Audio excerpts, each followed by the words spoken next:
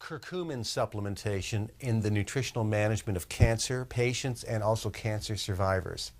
Hi, I'm Dr. James Machino.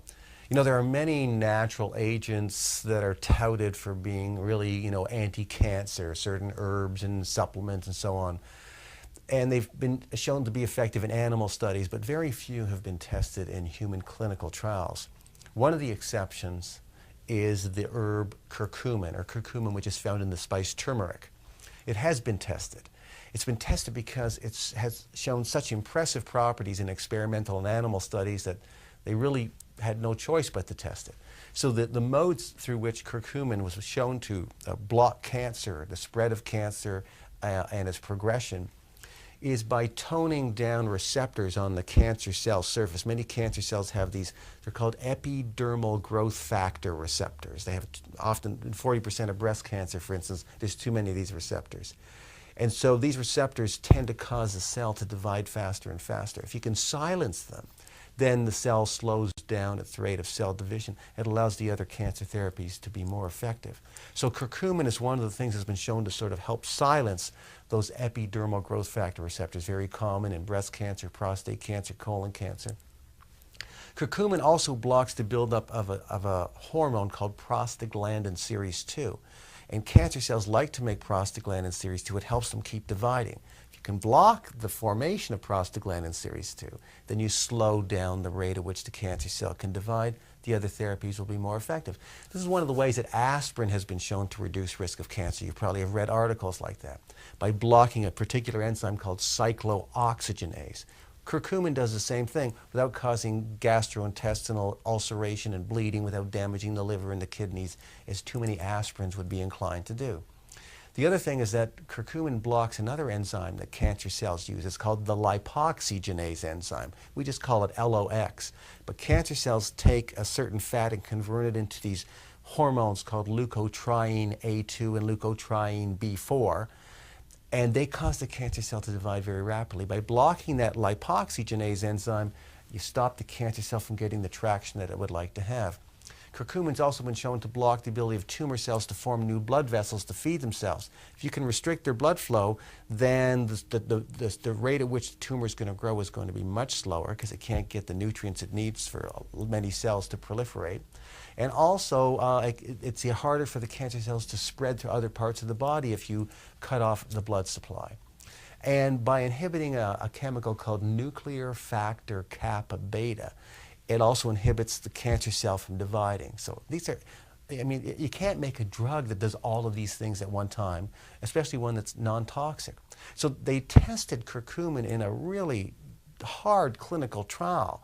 They took patients that have a condition called FAP, where they genetically make hundreds of polyps every 6 months are found in the large colon, and if you just leave them there, eventually some of them will become malignant. The person will have a malignant colon cancer. So they have to go in every 6 months and remove them, or do a colostomy, remove the colon. But even then, there's a remnant part of the colon that gets left behind, and polyps still grow there. So they still have to go in and remove them. And the reason those polyps are growing is that genetically, those cells have way too many epidermal growth factor receptors, which I talked about earlier. So they said, well, if curcumin can silence the epidermal growth factor receptor and actually do it in humans, this would be a great place to test it. So they tested it in patients that had this problem. And they showed that it decreased the number of polyps by more than 60%, and it shrunk the size of the polyps that were growing by more than 60% compared to the group that didn't get the curcumin supplementation. There are no drugs that can do that yet. And because many of us are walking around probably genetically prone to cancer because we make too many epidermal growth factor receptors, it's a good idea for everybody to try to, have foods and supplements, I believe, that help to silence that particular receptor. So as the director of nutritional therapy at the Canadian Cancer Immunotherapy Clinic, which is an integrative cancer center, it's spearheaded by a medical doctor who I have great respect for, I provide the adjunct of nutritional management to cancer patients who want that nutrition consultation. One of the supplements that I really encourage patients to take, and there's about 10 different supplements in total, but one of them has curcumin in it, in addition to other natural anti-inflammatories like white willow bark extract, boswellia, and ginger, because all of them have anti-cancer properties. Now, each capsule of that supplement has 190 milligrams of curcumin, so I'm having the person take 3 capsules at least 3 times a day to get them into the 1,700 milligram range of curcumin. That's the dosage you're going to need to make it an effective therapeutic nutrient if you're fighting cancer, if you want to reduce the recurrence of cancer. So the dosage has to be right.